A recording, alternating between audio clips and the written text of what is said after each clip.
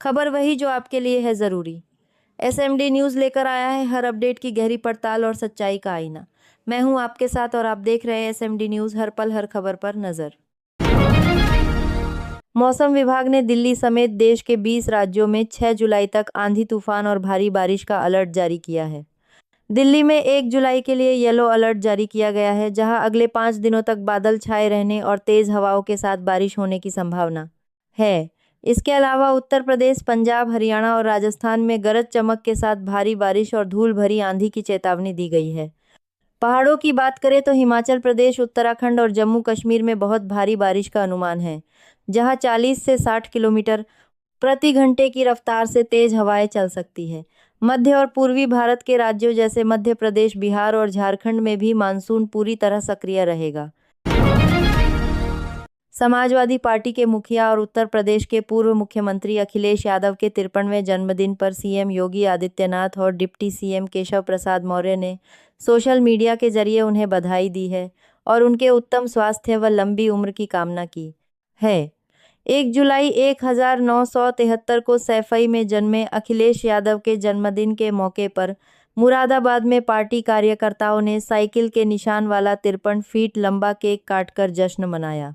Dholpur military school, Mysore विश्वविद्यालय और Sydney विश्वविद्यालय से शिक्षा प्राप्त करने वाले अखिलेश यादव के नाम उत्तर प्रदेश के सबसे कम उम्र के मुख्यमंत्री बनने का रिकॉर्ड दर्ज है। अयोध्या पुलिस की जांच में खुलासा हुआ है कि प्रयागराज महाकुंभ के दौरान अयोध्या के राम मंदिर में दान और चढ़ावे की बड़ी चोरी को अंजाम दिया गया। इस मामले में गिरफ्तार 8 आरोपियों में से जीजा साले की जोड़ी लवकुश मिश्रा और अनुकल्प मिश्रा ने सबसे ज्यादा रकम चुराई और उससे कई संपत्तियां खरीदी।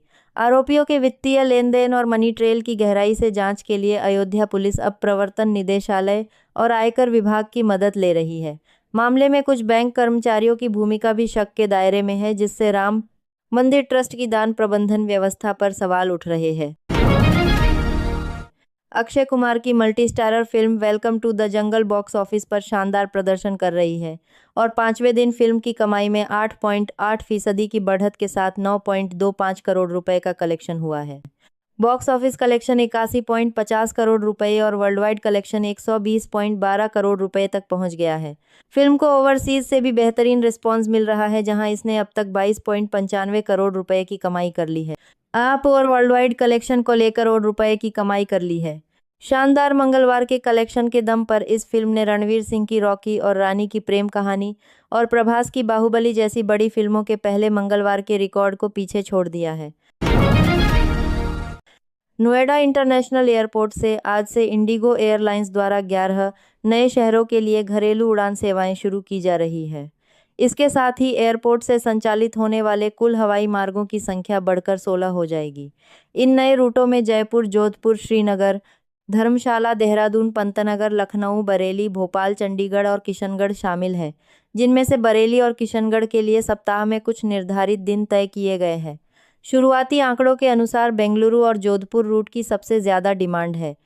के सीजन से निपटने के लिए यह एयरपोर्ट अत्याधुनिक कैट 3 तकनीक से लैस है, जिससे जीरो विजिबिलिटी में भी विमान आसानी से लैंड कर सकेंगे। सुपरस्टार यश की आगामी फिल्म टॉक्सिक का नया female centric teaser ladies and ladies release हो गया है, जिसमें उनकी गर्ल गैंग का दमदार अंदाज देखने को मिल रहा है। 1 मिनट 41 सेकंड के इस इंट्रोडक्शन वीडियो में नयनतारा, कियारा आडवाणी, हुमा कुरैशी, तारा सुतारिया और रुक्मिणी वसंत के लुक और किरदारों की झलक दिखाई गई है। टीजर में सबसे ज्यादा सुर्खियां नयनतारा के बेहतरीन एक्शन और बाइक स्टंट्स ने बटोरी है, जबकि कियारा आडवाणी यश की लव इंटरेस्ट के रूप में नजर आ रही है। बाद यह बहुप्रतीक्षित फिल्म फाइनली 26 अगस्त 2026 को सिनेमाघरों में रिलीज के लिए तैयार है। भारत मौसम विज्ञान विभाग के अनुसार बंगाल की खाड़ी से जम्मू कश्मीर तक करीब 1500 किलोमीटर लंबी मानसून ट्रफ सक्रिय होने से उत्तर भारत को भीषण गर्मी से बड़ी राहत मिलने जा रही है। एनसीआर, यूपी, बिहार, पंजाब, हरियाणा और हिमाचल प्रदेश सहित कई राज्यों में भारी से अत्यंत भारी बारिश का अनुमान है। हालांकि मानसून की इस सक्रियता के कारण पहाड़ी इलाकों में भूस्खलन और मैदानी क्षेत्रों में जलभराव का खतरा बढ़ गया है। दूसरी ओर पूर्वोत्तर भारत के असम और अरुणाचल प्रदेश में लगातार हो रही बारिश से बाढ़ के हालात पैदा हो गए हैं, जिससे हजारों लोग प्रभावित हुए हैं। मौसम विभाग ने आंधी तूफान और बिजली गिरने की आशंका को देखते हुए प्रशासन और आम जनता को सतर्क रहने की सलाह दी है। निजी क्षेत्र की सबसे बड़ी fuel retailer company Nayara Energy ने देश में पेट्रोल की कीमतों में 5 रुपये प्रति लीटर और डीजल में 3 रुपये प्रति लीटर की कटौती कर बड़ी राहत दी है। पिछले 2 वर्षों से अधिक समय में पहली बार किसी कंपनी द्वारा खुदरा ईंधन के दामों में यह कमी की गई है, जो पश्चिम एशिया में तनाव घटने और वैश्विक बाजार में कच्चे तेल की कीमतें स्थिर होने के बाद संभव हुआ है। यह नई दरें कंपनी के देश भर के 7,000 से अधिक फ्यूल स्टेशनों पर लागू हो गई है। हालांकि इंडियन ऑयल, भारत पेट्रोलियम और पारादिस हिंदुस्तान पेट्रोलियम जैसी सरकारी तेल कंपनियों ने फिलहाल ईंधन की कीमतों में कोई बदलाव नहीं किया है। प्रभास की ब्लॉकबस्टर फिल्म कल्कि 2898 एडी के सीक्वल में दीपिका पादुकोण की जगह आलिया भट्ट की एंट्री की अफवाहें तेज हो गई है। हाल ही में प्रभास ने इंस्टाग्राम पर आलिया भट्ट की आगामी फिल्म अल्फा के ट्रेलर की तारीफ करते हुए उन्हें शुभकामनाएं दी, जिस पर आलिया ने भी बेहद खुशी के साथ प्रतिक्रिया दी। इस सोशल मीडिया बॉन्डिंग के बाद से ही फैंस दोनों के साथ काम करने और कल्कि 2 को लेकर कयास लगा रहे हैं। प्रोजेक्ट का हिस्सा नहीं है और इस नए घटनाक्रम पर अभी तक दोनों कलाकारों की तरफ से कोई आधिकारिक पुष्टि नहीं की गई है। केंद्र सरकार का महत्वाकांक्षी वीबीजी रामजी कानून आज 1 जुलाई से देश भर में लागू हो गया है। इसके तहत राष्ट्रीय औसत मजदूरी 298.8 से बढ़ाकर 327.4 प्रतिदिन कर दी गई है। यह नया कानून ग्रामीण परिवारों को अब 100 के मुकाबले 125 दिनों के रोजगार की कानूनी गारंटी देता है। योजना के सुचारू संचालन के लिए राज्यों को 95,692.31 करोड़ का अंतरिम आवंटन किया गया है। नए कार्ड बनने तक पुराने ई-केवाईसी वेरीफाइड जॉब कार्ड मान्य रहेंगे। इस ऐतिहासिक कानून का राष्ट्रीय स्तर पर औपचारिक शुभारंभ 2 जुलाई को आंध्र प्रदेश के तिरुपति जिले से किया जाएगा। साल 2026 की दूसरी छमाही के पहले ही दिन कमर्शियल एलपीजी के उपभोक्ताओं को बड़ी राहत मिली है। तेल विपणन कंपनियों ने देश की राजधानी दिल्ली में कमर्शियल गैस सिलेंडर की कीमत में 183.50 की कटौती की है, जिसके बाद इसके दाम 3,000 से नीचे आकर 2,930 पर आ गए हैं। गौरतलब है कि पिछले 6 महीनों में इसकी कीमतों में 4 बार में कुल 1,374.50 की भारी बढ़ोतरी हुई थी, जिसके बाद यह साल की पहली कटौती है। हालांकि कंपनियों ने घरेलू गैस के उपभोक्ताओं को कोई राहत नहीं दी है और दिल्ली में इसकी कीमत 942 पर ही स्थिर बनी हुई है। इसके साथ ही देश के अन्य प्रमुख शहरों जैसे लखनऊ, कोलकाता और पटना में भी कमर्शियल सिलेंडर के दाम घटाए गए हैं। केंद्र सरकार ने 1 जुलाई से पेट्रोल निर्यात पर विंडफॉल गेन टैक्स की दर को 1.5 प्रति लीटर से बढ़ाकर 4 प्रति लीटर कर दिया है।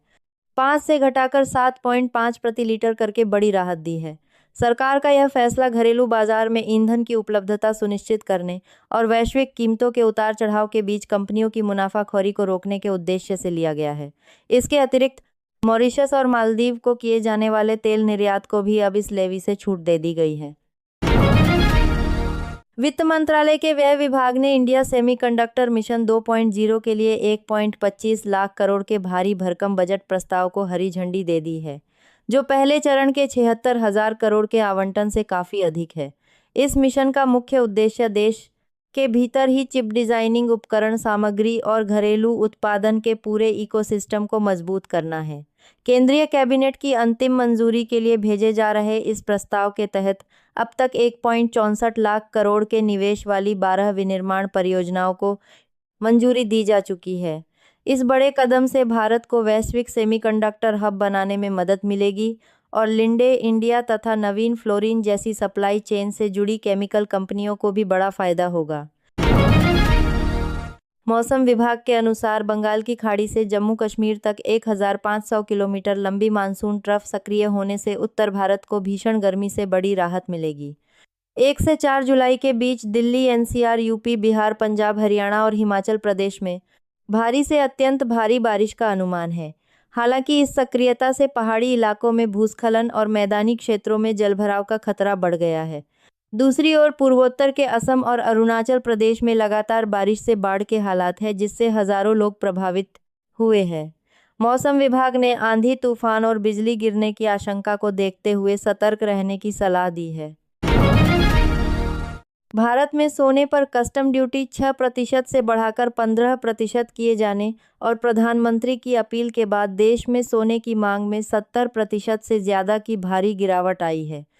कीमतों में लगातार आ रही कमी के कारण लोग नया सोना खरीदने के बजाय पुराना सोना बेच रहे हैं, जिससे अप्रैल-जून तिमाही में पुराने सोने की बिक्री 50 टन तक पहुंचने का अनुमान है। वैश्विक बाजार में भी सोना गिरकर 8 महीने के निचले स्तर $3,960 प्रति 10 ग्राम पर आ गया है, जो 2013 के बाद की सबसे बड़ी तिमाही गिरावट है। घरेलू वायदा बाजार पर भी सोने और चांदी की कीमतों में बड़ी गिरावट दर्ज की गई है। तेजी से बन रहे सुपर एल नीनो के कारण भारत के शेयर बाजार पर खतरा मंडराने लगा है, जिससे खपत पर निर्भर देश की 56% जीडीपी प्रभावित हो सकती है। इस बार मानसून की शुरुआत पिछले एक दशक में सबसे कमजोर रही है और 26 जून तक कुल बारिश औसत से 42% कम दर्ज की गई है, जिसने खरीफ सीजन की फसलों और ग्रामीण अर्थव्यवस्था की चिंताएं बढ़ा दी है। हालांकि वैश्विक बाजार में ब्रेंट क्रूड की कीमतें अपने पीक से 40% तक नीचे आ चुकी है, लेकिन घरेलू मांग में संभावित कमी और खाद्य महंगाई के डर से सस्ते तेल का फायदा खत्म होता दिख रहा है। विशेषज्ञों के अनुसार हाई वैल्यूएशन और कमजोर ग्रामीण आय के बीच एफएमसीजी और ऑटो जैसे प्रमुख सेक्टर्स के शेयरों में दबाव देखा जा सकता है, जिससे अगले कुछ समय तक बाजार के एक सीमित दायरे में ही फंसे रहने की आशंका है। दिल्ली की मुख्यमंत्री रेखा गुप्ता ने राजधानी के ऐतिहासिक स्मारकों के संरक्षण और विकास के लिए 2 महत्वपूर्ण योजनाओं, दिल्ली मुख्यमंत्री स्मारक अभिग्रहण योजना और दिल्ली मुख्यमंत्री विरासत नवोत्थान योजना की घोषणा की है। इस सार्वजनिक निजी भागीदारी पहल के तहत निजी कंपनियां, पीएसयू, एनजीओ और इच्छुक नागरिक 5 वर्षों के लिए स्मारकों को गोद लेकर स्मारक मित्र बन सकेंगे। स्मारक मित्र इन धरोहरों की साफ सफाई, सुरक्षा और लाइट एंड साउंड जैसी पर्यटक सुविधाओं का खर्च खुद उठाएंगे। अतिरिक्त विरासत नवोत्थान योजना के तहत विशेषज्ञ संस्थाओं को स्मारकों के मूल संरक्षण और तकनीकी जीर्णोद्धार कार्यों के लिए अधिकतम 2 करोड़ रुपए तक का सरकारी अनुदान दिया जाएगा। घरेलू वायदा बाजार पर बुधवार को शुरुआती कारोबार में सोने चांदी की कीमतों में गिरावट का दौर जारी रहा। मजबूत अमेरिकी डॉलर और फेडरल रिजर्व द्वारा ब्याज दरें बढ़ाए जाने की आशंका के चलते अगस्त डिलीवरी वाला सोना करीब 1% टूटकर 1,41,300 प्रति 10 ग्राम पर आ गया। वहीं सितंबर फ्यूचर वाली चांदी भी 2% से अधिक फिसलकर 2,23,850 प्रति किलोग्राम पर कारोबार करती दिखी। बाजार जानकारों के अनुसार जून महीने में सोने में 10% और चांदी में 15% की भारी गिरावट दर्ज की जा चुकी है। फिलहाल अंतर्राष्ट्रीय बाजार की हलचल और अमेरिकी आर्थिक आंकड़ों पर नजर रखते हुए घरेलू बाजार में सोने को 1,41,100 और चांदी को 2,25,500 के स्तर पर सपोर्ट मिल रहा है। उत्तर प्रदेश विधानसभा चुनाव 2027 की तैयारियों के मद्देनजर भारतीय जनता पार्टी के राष्ट्रीय अध्यक्ष नितिन नवीन और राष्ट्रीय संगठन महामंत्री बीएल संतोष जल्द ही राज्य का दौरा करेंगे। पार्टी का मुख्य लक्ष्य लगातार तीसरी बार यूपी की सत्ता में वापसी करना है, जिसके लिए बूथ प्रबंधन और माइक्रो मैनेजमेंट पर सबसे ज्यादा ध्यान दिया जा रहा है। जुलाई में प्रस्तावित इस दौरे के दौरान नितिन नवीन प्रदेश पदाधिकारियों, सांसदों और विधायकों के साथ बैठकें कर जमीनी फीडबैक लेंगे, जबकि बीएल संतोष मुख्य रूप से कमजोर व हारी हुई सीटों पर जीत की रणनीति और संगठनात्मक ढांचे की समीक्षा करेंगे। जून 2026 में देश का ग्रॉस जीएसटी कलेक्शन सालाना आधार पर 13.9% की जोरदार बढ़त के साथ 1.94 लाख करोड़ के पार पहुंच गया है, जो आर्थिक गतिविधियों में तेजी का संकेत है। वहीं 32,436 करोड़ का रिफंड जारी करने के बाद नेट जीएसटी कलेक्शन भी 11.2% बढ़कर 1.62 लाख करोड़ दर्ज किया गया। इस बार विदेशों से आने वाले सामानों पर आयात आईजीएसटी में 34.6% का जबरदस्त उछाल आया, जिसने खजाने को बड़ा सहारा दिया। राज्यों में 30,714 करोड़ के साथ महाराष्ट्र सबसे आगे रहा, जबकि उत्तर प्रदेश ने 19% की शानदार वृद्धि दर दिखाते हुए 9,165 करोड़ का कलेक्शन किया। उत्तर प्रदेश के मुख्यमंत्री योगी आदित्यनाथ ने रामपुर में विभिन्न परियोजनाओं का शिलान्यास करते हुए विपक्ष पर अयोध्या को लेकर झूठ फैलाने का आरोप लगाया है। उन्होंने राम मंदिर चढ़ावे के विवाद पर बिना नाम लिए कहा कि विपक्ष इस बात से चिढ़ा हुआ है कि अयोध्या और काशी विश्वनाथ धाम इतने सुंदर कैसे हो गए। सीएम योगी ने पूर्ववर्ती सरकारों पर तुष्टीकरण और रामपुर के चाकू का दुरुपयोग कर जनता को प्रताड़ित करने का आरोप लगाते हुए कहा कि प्रभु श्री राम की भक्ति ऐसे कालनेमियों से निपटने में पूरी तरह सारे दूरदीने में आरोप लगाते हुए सहायक है और आज उत्तर प्रदेश देश की शीर्ष 3 अर्थव्यवस्थाओं में शामिल होकर ग्रोथ इंजन बन चुका है।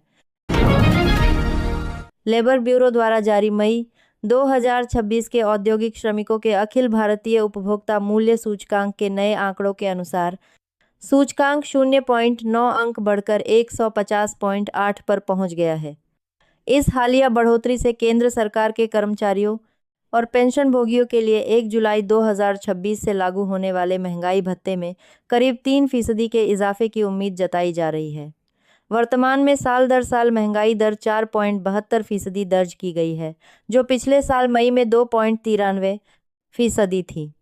हालांकि डीए में होने वाली इस बढ़ोतरी का अंतिम निर्धारण जून 2026 के एआईसीपीआई आंकड़ों के आने और केंद्रीय मंत्रिमंडल की आधिकारिक मंजूरी के बाद ही साफ हो सकेगा।